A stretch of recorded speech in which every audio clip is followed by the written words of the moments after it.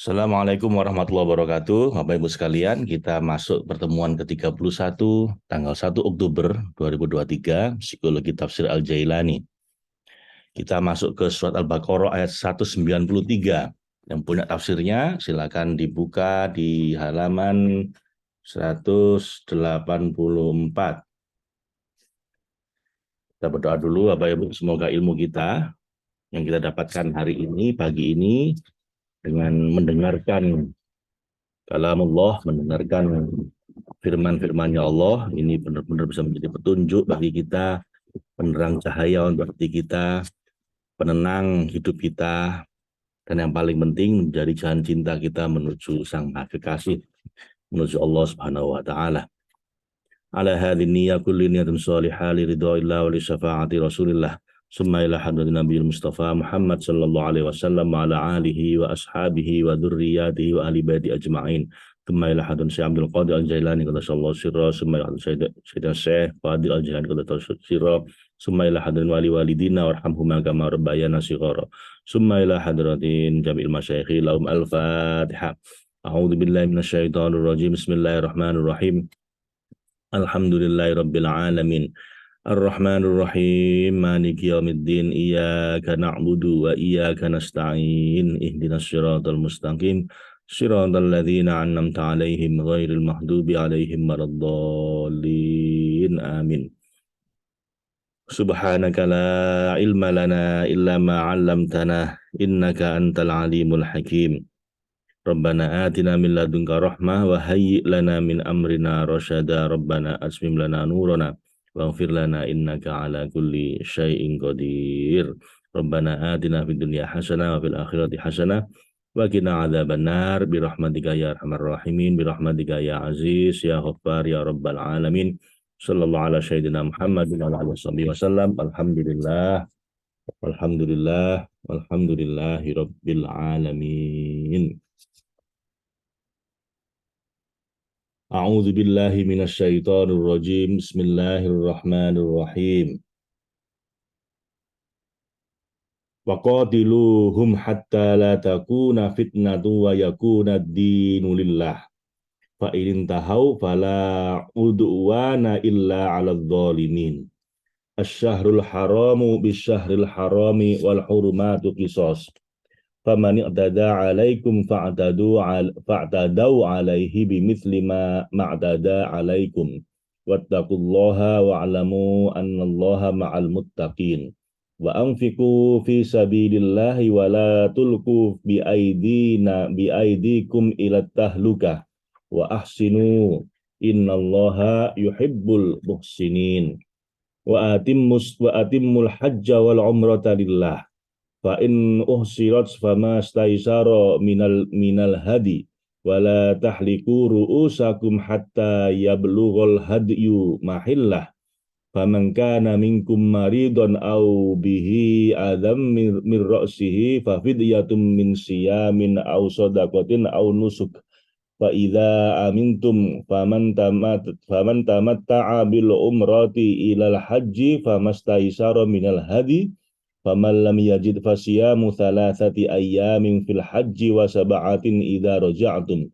tilka 'asyaratun kamilah dzalika liman lam yakun ahluhu hadiril masjidil haram wattaqullah wa'lamu annallaha syadidul iqab. Al-hajju ashhurum ma'lumat faman farada fihinna al-hajja fala rafatha wala fusuqa wala jidala fil hajj wa ma taf'alu min khairi ya'lamuhullah wa tazawwadu fa innallaha wa tazawwadu fa inna khairaz zadi taqwa wattaquni ya ulil albab. Sadaqallahul azim wa sadaqa rasuluhul karim wa ana ala dzalika minasyahidin. Hari ini Bapak Ibu kita akan bahas ayat-ayat tentang haji, tentang syariat haji ya, rukunnya dan lain-lain. Kemarin kita bahas tentang puasa, kemudian sekarang kita bahas tentang haji. Kita mulai dulu dengan ayat ke-193.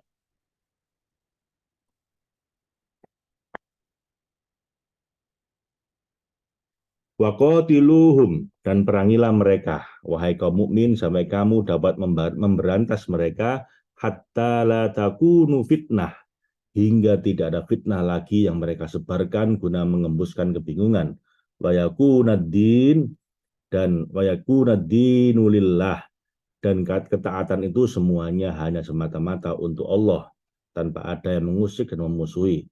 Fa in fa fa in Fa'inin tahau, jika mereka berhenti dari kekufuran dan masuk Islam dan sukarela, fala udwana illa 'alal zalimin. Maka tidak ada permusuhan lagi darimu terhadap mereka, bahkan mereka adalah saudaramu seagama, kecuali orang-orang yang zalim, yang diantara mereka melanggar batas hukum dan perjanjian damai, serta tetap dalam kekufuran dan keingkaran. Nah, lihat Bapak Ibu, ini ayat perang sekalipun, bahkan ketika Allah memerintahkan perang itu dalam rangka menjaga perdamaian, dalam rangka menghentikan kezaliman, dalam rangka menghentikan fitnah. Jadi bukan karena kita mau mengeluaskan kekuasaan atau mau kepingin kekuasaan yang lebih tinggi, kepingin merampas harta orang lain supaya dapat lebih sejahtera. Zaman kolonial begitu apa ya? Zaman kolonial itu para bangsa-bangsa yang punya aliran kolonialisme itu merampas tanahnya orang, memeras tenaganya orang untuk dijadikan koloninya, untuk dijadikan eh, jajahannya gitu ya. Lah Islam tidak begitu apa itu. Islam itu tidak menyerang bangsa lain, negara lain dalam rangka memperluas kekuasaan untuk mendolimi mereka untuk kolonialisme, tapi untuk membela diri. Jadi untuk menghentikan terjadinya fitnah, menghentikan terjadinya kezaliman. Dan begitu mereka sudah berhenti memusuhi kamu, gitu kan, mereka mau berdamai, maka sudah hentikan permusuhan, jangan lagi dendam-dendaman gitu ya. Sudah, ini perang tidak untuk membalas dendam, perang ini untuk membela diri, menghentikan kezaliman, menghentikan fitnah. Begitu mereka berhenti, sudah, fa inin tahau fala udwana illa 'alal zalimin. Jika mereka berhenti dari kekufurannya, dari kezalimannya, maka tidak lagi ada permusuhan, kecuali orang-orang yang zalim. Kecuali masih ada mungkin antara mereka yang mungkin masih zalim, nah itu yang harus dihentikan. Ya. Nah ini hukum tentang perang sudah selesai. Setelah kaum musyrikin berperang melawan kaum mukmin pada perang Hudaybiyah pada bulan Haram Dzulqa'dah, maka mukminin berniat pergi ke Mekah untuk menunaikan umroh qodok pada tahun berikutnya. Mereka tidak menghendaki perang agar tidak merusak kemuliaan bulan itu sebagaimana kaum musyrikin merusaknya. Kemudian Allah menurunkan ayat-ayat yang berfirman tentang haji ya. Asyahrul haramu bisyahril haram. Bulan haram dengan bulan haram, yang menjelaskan perjalanan umroh Rasulullah bersama kaum muslimin pada bulan Dzulqa'dah tahun ke-6 Hijriah. Perjalanan ini mendapat rintangan dan larangan dari kaum musyrikin, sehingga kemudian beliau mencapai kesepakatan mengunjungi Ka'bah di tahun berikutnya. Wal hurumatu qisas, dan pada sesuatu yang patut dihormati, berlaku hukum qisas. Jadi yang memang sudah ada perjanjian, ya sudah berlaku hukum qisas. Ketahuilah bahwa kehormatan yang wajib dijaga dan tidak boleh dirusak itu terdapat qisas yang sebanding. Karena mereka telah merusak kehormatan bulan ini, maka lakukanlah pembalasan terhadap mereka dengan hal yang serupa, dan jangan melebihi batas dalam pembalasan tersebut. Famani i'tada 'alaikum fa'tadau 'alaihi bimithli ma'tada 'alaikum. Oleh sebab itu, barang siapa menyerang kamu, maka seranglah ia seimbang dengan serangannya terhadapmu. Ini juga merupakan bagian dari batas-batas yang dibuat di antara kamu untuk memperbaiki keadaan dan mendidik akhlakmu. Wattaqullah, takutlah pada Allah untuk melanggar batas dengan melakukan apa yang dilarang bagimu dan berpaling dari apa yang diperintahkan padamu. Jangan sampai begitu, takutlah pada Allah untuk tidak melakukan hal itu ya. Wa'alamu, dan ketahuilah, wahai orang-orang beriman, annallaha, bahwa Allah yang mengatur maslahat untukmu, ma'al muttaqin, beserta orang-orang bertakwa di antara kamu. Mereka lah orang-orang yang menjaga diri dari larangan dan hal-hal yang diharamkan Allah, serta giat menyambut perintah dan ridhonya. Wa anfiqu, dan salah satu akhlak yang ditetapkan di tengah kalian adalah menerbakan kelebihan hartamu kepada kaum fakir dan miskin yang dipaksa oleh kebutuhan dan kemelaratan di sudut keterasingan. Maka anfiqu, infakkanlah wahai kaum mukminin fi sabilillah, di jalan Allah secara seimbang antara mubadzir dan kikir yang tercela di sisi Allah dan di sisi kaum mukminin. Wala tulqu biaidikum ila tahluka, dan janganlah kamu menjatuhkan dirimu sendiri ke dalam kebinasaan dan kesulitan dengan bersikap boros dan menyia-nyiakan atau bakhil dan pelit. Karena kebakhilan jiwamu berkubang dalam gelapnya imkan serta menetap dalam gersangnya keterpurukan dan kerendahan. Jadi bersedekahlah, tapi juga jangan terlalu sembrono, jangan terlalu boros ya. Jangan sampai kemudian kita sendiri menyusahkan diri sendiri. Dan di antara akhlakmu adalah ihsan. Maka wa ahsinu, berbuat baiklah wahai orang-orang yang menuju angkasa tauhid dengan akhlak, amal dan semua sifatmu. Karena tidak ada seorang nabi maupun wali kecuali memiliki akhlak yang baik dan karakter yang bersumber dari akhlak ya Allah. Karena itu mereka layak menjadi khalifah di muka bumi. Innallaha yuhibbul muhsinin. Karena sesungguhnya Allah menyukai orang-orang yang berbuat baik dan yang terhormat, unggul, utama dengan harta dan amalnya. Anda perhatikan Bapak Ibu, ini sebelum diperintahkan haji ya. Ini kan masih perjanjian Hudaibiyah, kemudian jadi Nabi ini mau umroh tahun 6 Hijriah, kemudian dicegah sama orang-orang kafir dari Mekah. Nggak boleh datang ke Mekah gitu kan. Kamu udah pindah ke Madinah, ngapain ke sini lagi gitu ya. Akhirnya terjadi perjanjian. Ini kekuatan umat Islam udah mulai kuat Bapak Ibu untuk mengimbangi kekuatan orang kafir. Tapi daripada perang, ya udah bikin perjanjian Nabi. Namanya perjanjian Hudaibiyah. Perjanjian yang itu agak merugikan orang Islam Bapak Ibu. Jadi kalau ada orang Islam datang ke Mekah bisa dihukum, sementara orang Mekah boleh ke Madinah. Jadi tapi Nabi menerima itu demi perdamaian. Tapi kemudian orang musyrik itu melanggar perjanjian itu. Dan akhirnya ya sudah Nabi siap-siap untuk mempertahankan diri gitu ya. Nah, ini setelah ini akan ada perintah untuk haji ya Pak Ibu. Tapi sebelum ada perintah haji, diperintahkan infak dulu. Infak dulu. Dan infaknya pun disebutkan wa anfiqu fi sabilillah wa la tulqu bi aidikum ila tahluka. Jadi berinfaklah, tapi jangan kemudian membinasakan dirimu sendiri. Artinya apa? Ya berinfaklah sebaik-baiknya, tapi jangan juga terlalu boros sehingga kamu akhirnya kamu sendiri jadi rusak gitu ya. Jadi segala hal baik itu kalau berlebihan jadi nggak baik. Anda puasa baik, berlebihan jadi nggak baik. Anda sholat baik, tapi kemudian berlebihan, kemudian sholat terus lalu kemudian nggak kerja, keluarga keleleran ya nggak baik. Infak sedekah baik, tapi kalau Anda berlebihan juga kurang baik. Jadi sebaik-baik urusan itu di pertengahan, yang moderat, yang sedengan lah, jangan terlalu banyak, jangan terlalu sedikit. Kebanyakan berbuat baik nanti lama-lama bosan, nanti lama-lama capek, akhirnya bosan baik jadi nakal.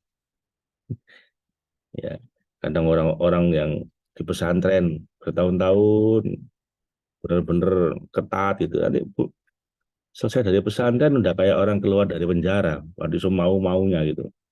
Jadi bosan baik pengen nakal nanti. Ya kayak ya apa secukupnya. Semua itu yang sedang-sedang aja, apa itu. Jangan terlalu. Kalau terlalu itu nanti berat. Satu memberatkan, yang kedua terjadi dampak buruk. Hanya Allah mengingatkan kita untuk bersedekah, tapi ya yang secukupnya gitu ya. Jangan boros juga. Wa ahsinu, dan berbuat baiklah, innallaha yuhibbul muhsinin. Sebelum perintah haji, ada perintah untuk infak.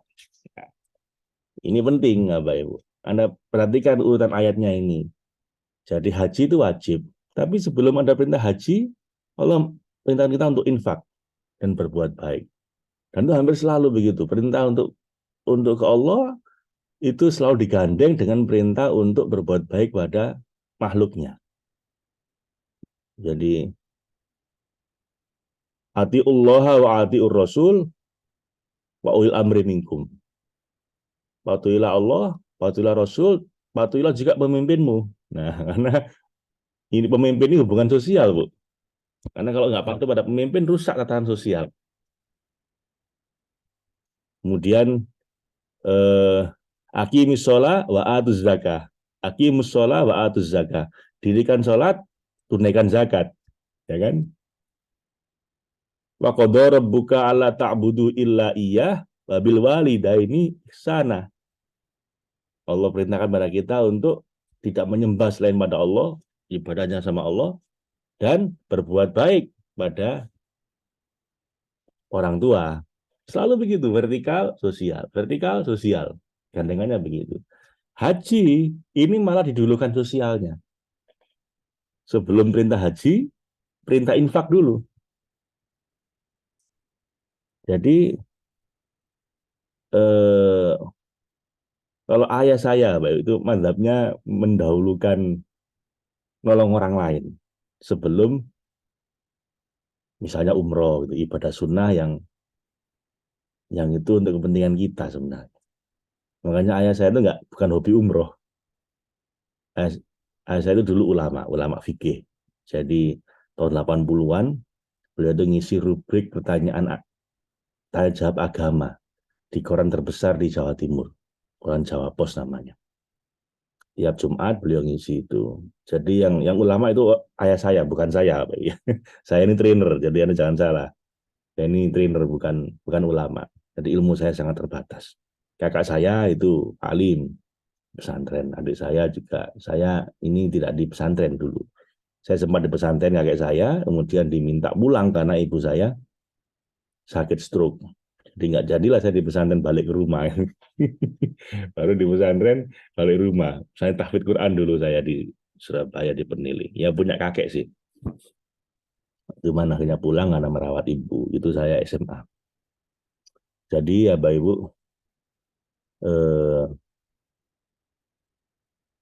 kalau mazhabnya ayah saya itu ibadah mahdoh secukupnya. Ya ibadah tetap sholat, haji, beliau juga. Cuman hobi umroh enggak. Dia pada uang dibagi-bagikan. Kata beliau, kalau kamu memang hanya kepingin memuaskan dirimu sendiri, ya lumayan wisata rohani kan untuk pencerahan spiritual. Ya berangkatlah umroh. Tapi kalau kamu ingin dapat cintanya Allah, uangmu untuk umroh itu kamu sedekahkan ke orang-orang yang lebih membutuhkan. Umroh kan untuk kepuasan spiritualmu sendiri. Sementara bantu orang itu dapat dapat tiga ya. Allah juga lebih cinta. Yang kedua, orang itu terbantu ya, kamu sendiri mestinya dengan membantu juga bahagia. Itu madhabnya ayah saya ya. Ya ada orang yang mungkin beda-beda madhabnya. Ya sudah ada kan uang untuk sedekah sudah ada. Tapi saya juga umroh. Ya boleh juga Bapak Ibu. Yang nggak boleh itu ya nggak umroh, nggak sedekah. Itu kan sekedar prioritas ya. Cuman kalau ayah saya udah sedekah, tapi ada uang untuk umroh. Ini uang sedekah juga. Tapi kita tuh punya rumah dijual untuk bangun organisasi sosial yang beliau bangun. Jadi seperti itu. Di perintah ini ya, di Quran ini dikatakan juga sebelum Allah ngomong tentang haji ini didulukan infak berbuat baik, baru kemudian bentar lagi ini akan berhadapan dengan ayat-ayat tentang rukun haji. Ya kalau haji wajib Bapak Ibu itu didahulukan. Jadi kalau saran saya, Anda punya uang, Anda masukkan ke daftar haji. Nggak usah haji yang furoda, nggak usah haji yang plus-plus, haji normal aja. Begitu ada taruh, Anda niatkan haji, sudah, Anda sudah dianggap apa namanya memenuhi kewajiban, ya kan? Kenapa? Karena sudah daftar haji. Perkara nanti berangkat tahun berapa itu urusannya Allah nanti yang ngatur. Yang penting kewajiban Anda sudah Anda laksanakan, daftar haji. Gak usah berlebihan juga, saya kira sampai 300 juta. Sayang uangnya, menurut saya loh ya. Daftar normal aja. Nah, sisa uangnya kalau Anda perlu apa mau berbuat baik, ya itu bagi-bagikan ke orang lain. Daripada 300 juta untuk haji yang cuma 14 hari ya, Uroda, atau 21 hari. Menurut saya terlalu berlebihan. Ya, berangkat haji normal aja. Belum belum saatnya berangkat, ya enggak apa-apa, udah gugur kewajibannya, uang udah daftar kok. Nah, sisa uangnya kalau ada banyak uang banyak, ya bagi untuk kemaslahatan sosial, terserah Bu. Ngasih modal orang atau bantu orang lain, itu lebih manfaat. Ya, jadi eh, ibadah sosial lah, Pak Ibu, itu sangat penting. Ibadah mah itu penting,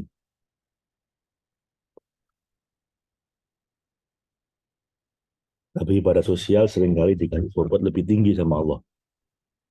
Itu kalau Anda mencari cintanya Allah, tapi kalau Anda mencari kepuasan pribadi ya beda lagi. Itu madhabnya ayah saya, dan saya ikut beliau. Perkara Anda lebih suka madhab yang lain ya boleh, silakan. Insya Allah masuk surga semua ya.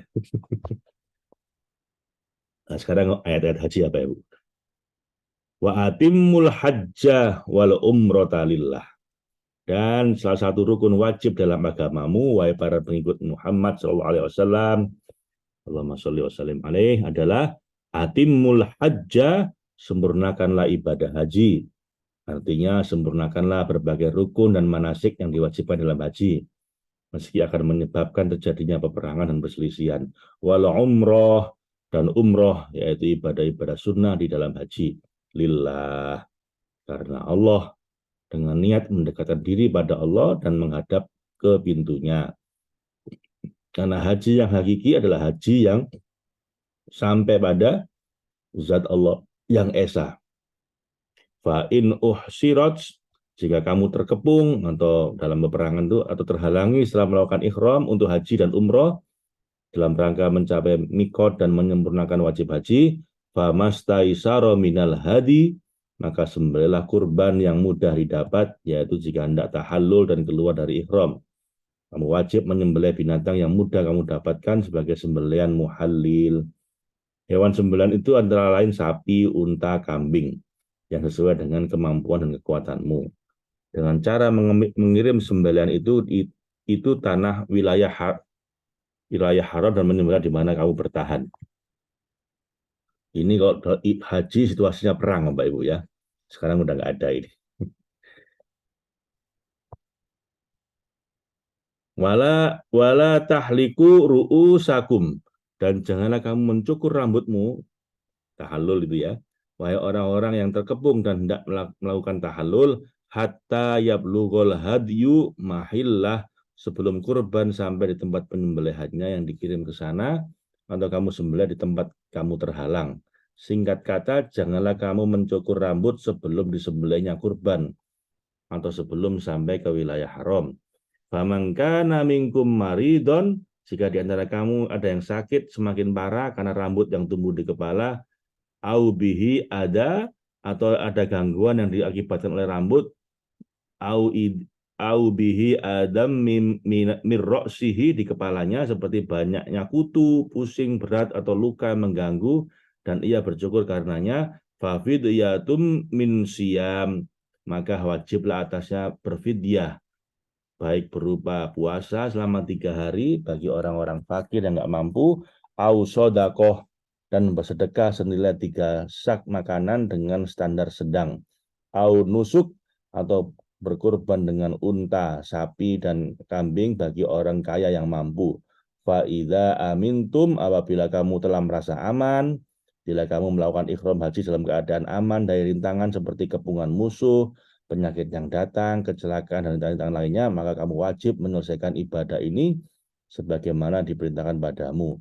Dan lakukanlah ibadah ini tanpa mengabaikan satupun rukun di dalamnya. Jadi tadi itu menyembelih, tadi itu untuk yang sedang perang atau kemudian batal nggak jadi karena sakit tadi. Anda perhatikan, bahkan rukun, maksud saya bahkan ibadah yang itu untuk Allah, lalu ada kesalahannya, itu tebusannya adalah berbuat baik pada orang lain. Ya ini tadi nggak bisa masuk karena dikepung, tebusannya apa? Menyembelih kurban. Kurbannya diapain? Kirim ke langit? Jadikan sesajen? Enggak. Kurbannya dibagikan ke fakir miskin. Ya, kalau dia miskin baru puasa 3 hari. Tapi kalau sepanjang punya uang, salah sama Allah bisa Anda ganti dengan berbuat baik pada orang lain. Ini syariatnya begitu. Tapi salah sama orang lain, Anda nggak bisa ganti dengan beribadah pada Allah. Anda tadi itu misalnya Anda haji melanggar larangan haji, Anda ganti dengan vidya atau dengan kurban. Anda puasa Ramadan berhubungan suami istri, itu melanggar perintahnya Allah untuk ibadah mahdo. Gantinya ngasih makan 70 fakir miskin. Puasa 2 bulan berturut-turut dia. Salahnya sama Allah, tebusannya dengan bersedekah, berbuat baik dengan orang lain. Anda balik nggak bisa, Bapak Ibu. Anda salah sama orang, yang punya utang, nggak mau bayar utang, lalu diganti dengan sholat 10 rakaat. Bisa nggak? Anda utang 10 juta, lalu Anda bilang ke orangnya, sorry ya mas, saya nggak akan bayar. Kenapa? Saya ganti dengan sholat 10 rakaat. Bisa? Nggak bisa.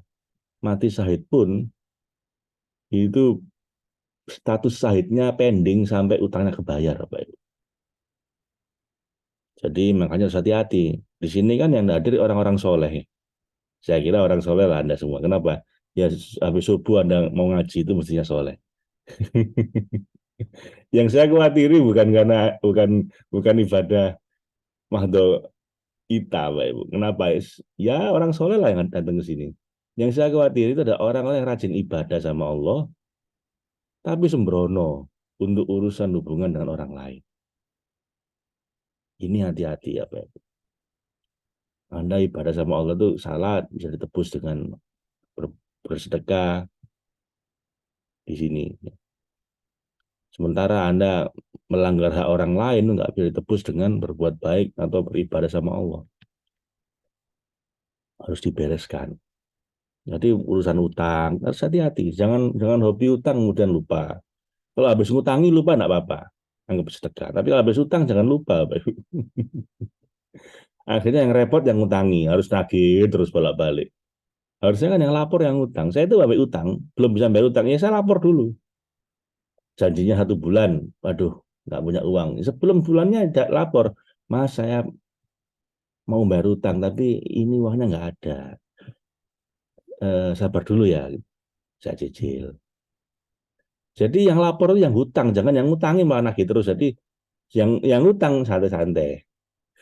Kadang-kadang ditagih malah ngamuk. Lah ini repot. Tapi rajin ibadah. Sedang kayak gitu susah diterima ibadahnya. Tapi saya jarang sih utang saya tunda. Seingat saya itu bayar utang sebelum deadline yang saya janjikan. Terakhir saya kerjasama bisnis sama Ibu, tiba-tiba begitu pecah orangnya pamit nggak meneruskan. Tiba-tiba ada tagihan 400 juta. Katanya untuk iklan dan lain-lain waktu kita sering training online dulu. Itu ya nggak saya bantah, nggak saya minta keringan, saya bilang baik mas, ya saya menghormati beliau. Kenapa? Sangat berjasa juga waktu bersama dengan kami itu. Begitu beliau pamit nggak lagi dengan kami, tiba-tiba tagihannya ditumbuk selama 2 tahun 400 juta, baik. Di saat kami sedang nguling ini, saya bilang iya mas, sabar ya saya cicil. Kira-kira 50 juta sebulan gitu. Saya cicil lah, Pak. Jadi kalau 400 juta, kira-kira 8 bulan, 50 juta. Itu kira-kira cuma 3 atau 4 bulan saya lunasi ya, Pak. Jadi asal ada uang, saya buat bayar itu sebanyak mungkin sebisanya. Nggak saya olor-olor, kemudian karena kecewa, kenapa kok tiba-tiba berhenti. Ya saya kecewa tiba-tiba berhenti.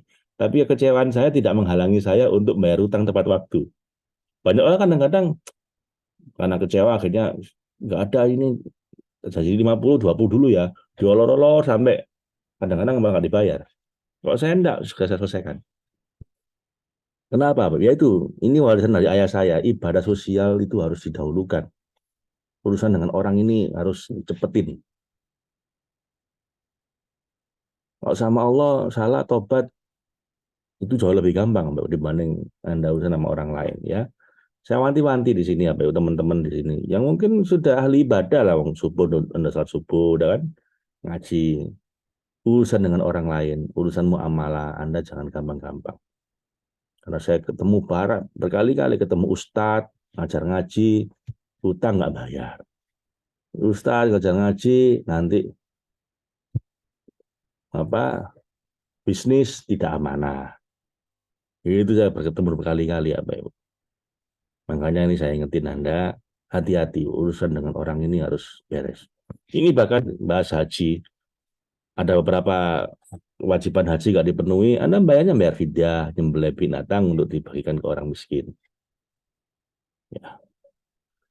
Faman tamatta'a, maka bagi siapa yang ingin mengerjakan, mendekatkan diri pada Allah dengan menunaikan bil umroh pada bulan-bulan haji, lalu setelah usia manasik umroh, ia bermaksud ilal haji, menunaikan haji, famas taisaro, maka apa yang mudah didapat, ia wajib menunaikan apa yang mudah baginya.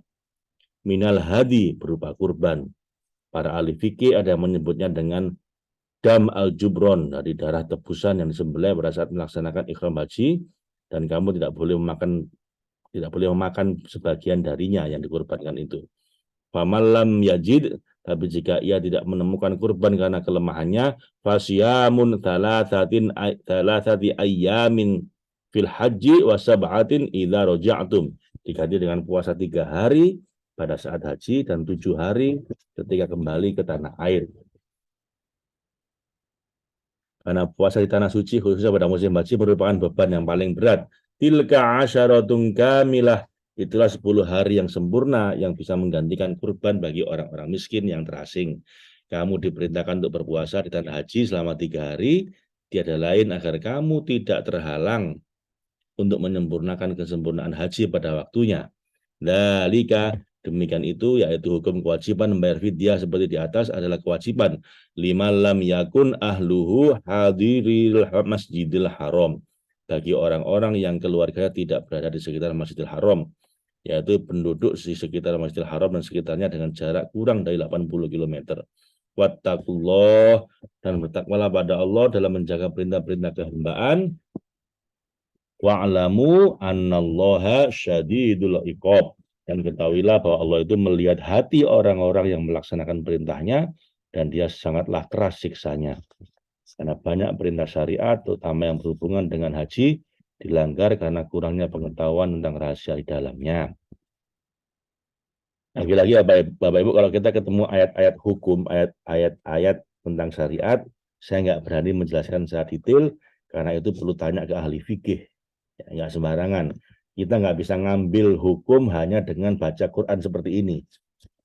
Ada banyak faktor yang harus dipertimbangkan, ada ayat-ayat lain yang harus di cross check, ada hadis-hadis lain yang menyupport itu. Kadang ada nasakh, ada mansukh, dulunya berlaku, sekarang udah nggak berlaku. Jadi kita nggak bisa hanya dengan sekedar baca tafsir Quran lalu mengambil kesimpulan hukum, karena itu wilayahnya para ahli fikih, para ahli usul fikih. Jadi ngaji tafsir Quran ini tidak dalam rangka Anda mengambil kesimpulan hukum, Bapak Ibu ya. Tapi dalam rangka yang baca Quran kita ambil hikmahnya. Untuk kesimpulan hukum, kita nggak boleh hanya dengan sekedar mengambil dari tafsir Quran begini, karena ada banyak hal lain yang perlu dipertimbangkan. Itu wilayahnya para ulama. Ilmu saya nggak cukup untuk itu ya. Saya ini backgroundnya psikologi. Ini sekedar kita baca, di awal dulu saya sampaikan, tafsir saya baca karena perintahnya guru saya untuk membaca tafsir ini. Jadi kita baca Bapak Ibu, dan saya di sini bukan guru Anda, bukan ustadz Anda, saya teman baca Anda. Saya teman untuk membaca bareng ya. Semoga kita dapat keberkahan dari Quran. Allahumma arhamna bil Quran waj'alhu lana imama wa nura wa huda wa rahmah. Allahumma dzakirna minhuma nasina wa 'allimna minhuma jahilna warzuqna tilawatahu ana al-laili wa adrafan nahar waj'alhu hujjatan lana ya rabbal alamin. Assalamualaikum warahmatullahi wabarakatuh.